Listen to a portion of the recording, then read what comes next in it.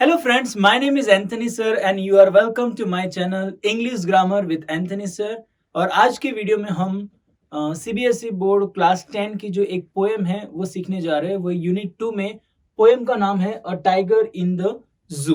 Okay, title पढ़ के हमको पता चल जाता है कि ये पोएम के अंदर कहीं ना कहीं पर हम लोग टाइगर के बारे में बात करने जा रहे हो। टाइगर से हम सबको डर लगता है, पर यहाँ पर चिंता मत करो क्योंकि टाइगर को केज के अंदर डाल दिया गया है। तो हम लोग देखते हैं कि ये टाइगर क्या है। दिस पोएम कॉन्ट्रास्ट, बैकग्राउंड देखते हैं। This poem contrast a tiger in the zoo, मतलब यहाँ पर एक टाइगर है जो जू में है, with the tiger in its natural habitat. Okay, तो मतलब एक जू के अंदर बंद किया गया और दूसरा वाला जो फॉरेस्ट में है, दोनों के बीच में कंपैरिजन की गई है।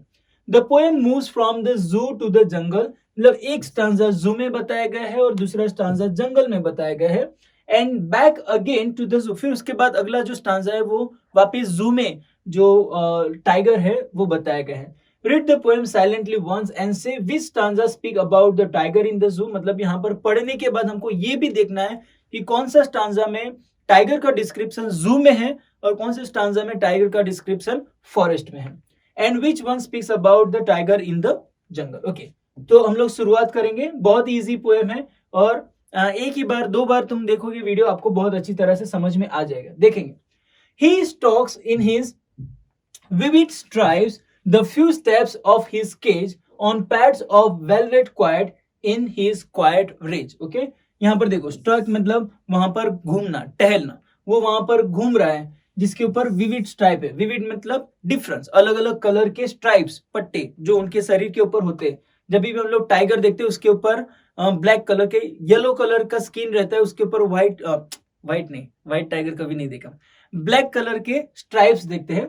The few steps in his cage, अभी उसके अंदर केज जो होता है वो इतना बड़ा नहीं रहता है। फॉर एग्जांपल ये रूम से थोड़ा बड़ा होता है और वो वहां पर वहीं पर फ्यू स्टेप्स वो टहलता है on pads of velvet quite. वो जो रूम होता है और जैसे कि वेलवेट जैसा बनाया होता है, पर वेलवेट का नहीं होता है, पर जो फ्लोर होता है थोड़ा बहुत स्मूथ बनाया जाता है।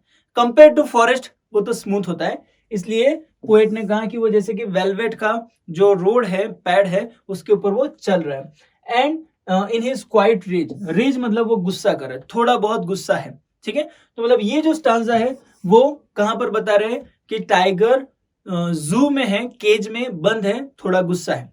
Next stanza, he should be lurking in shadow sliding through the long grass near the water hole where plump deer pass. Okay, lurking मतलब छुप के, जब हम लोग अटैक करने वाले होते हैं वो पोजीशन में।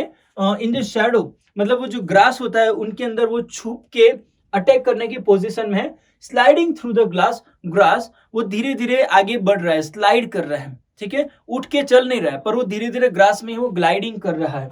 नियर द वाटर होल, और ज्यादातर जो फॉरेस्ट के जो एनिमल्स होते हैं वो कहां पर आते हैं, वाटर बॉडीज जहां पर होती है वहां पर ज्यादातर इकट्ठा होते हैं, पानी पीने के लिए आते हैं।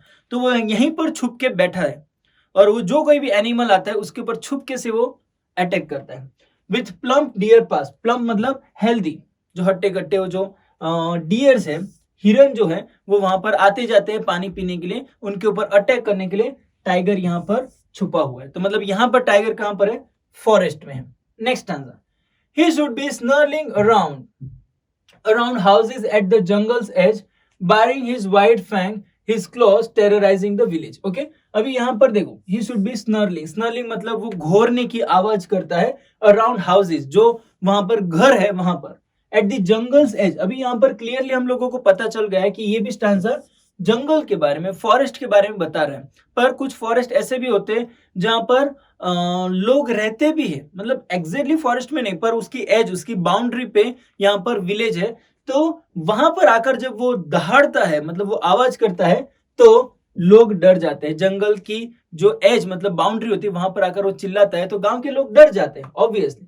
बारिंग हिज फैंग, ओके, उसके जो हाथ है वो दिखाता है। हिज क्लॉ, उसका जो पंजा होता है वो दिखाता है। टेरराइजिंग द विलेज, और गांव के हर एक लोगों को वो डराता है। मतलब यहाँ पर जो टाइगर है वो फॉरेस्ट में है, फॉरेस्ट जो उनका नेचुरल हैबिटेट्स है। Next, but he has locked in a concrete cell. अभी क्या हो गया, उसको एक कॉन्क्रीट सेल मतलब पिंजरे के अंदर बंद कर दिया गया, एक केज के अंदर बंद किया गया। His strength behind the bar, और उसकी जो स्ट्रेंथ है वो किसके पीछे चली गई, वो जो बार रहते हैं, वो जो दरवाजा रहता है उसके पीछे चली गई, मतलब वो कुछ नहीं कर सकता। फॉरेस्ट में वो सब कुछ कर सकता है, लोगों को टेरराइज कर सकता है, पर यहाँ पर उसकी हिम्मत को जैसे कि जेल के अंदर बंद कर दिया।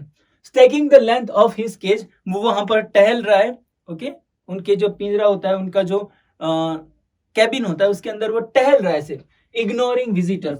और ज्यादातर तुमने देखा होगा जब भी तुम विजिट करने जाते हो जू वगैरह, वहां पर जो टाइगर वगैरह तो थोड़े इरिटेट हो गए होते हैं, इसलिए वो क्या करते हैं, वो जो विजिटर आते हैं ना उनको इग्नोर करते हैं, उनको एंटरटेन नहीं करते। मंकी जैसे नहीं होते।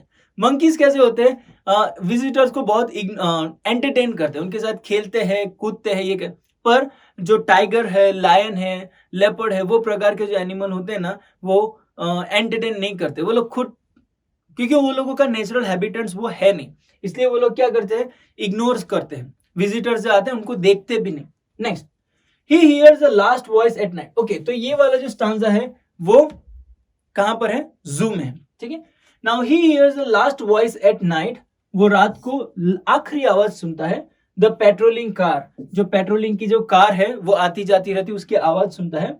And stairs with his brilliant eyes, और उनकी ब्रिलियंट आईज, उनकी आंखों से वो जब स्टेयर करता है, घूरता है, एट द ब्रिलियंट स्टार, तो जैसा लगता है कि उनकी आंखें चमक रही है और वो स्टार के जैसी चमक रही है, ठीक है।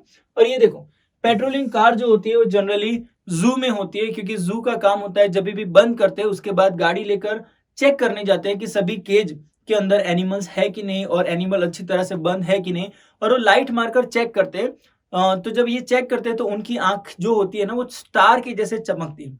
तुमने डिस्कवरी चैनल के ऊपर ये सब चीजें देखी होगी, ओके।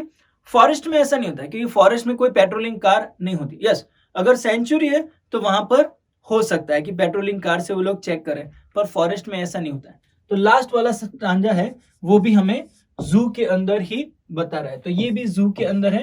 तो मतलब 2-3 स्टांजा ऐसा है जो फॉरेस्ट में बता रहे टाइगर को, और बाकी के जो स्टांजा है वो टाइगर को जू के अंदर बता रहे। हमें सीखने को क्या मिलता है, written by Leslie Norris, okay, writer का नाम भी याद रखो, लेस्ली नॉरिस, ठीक है।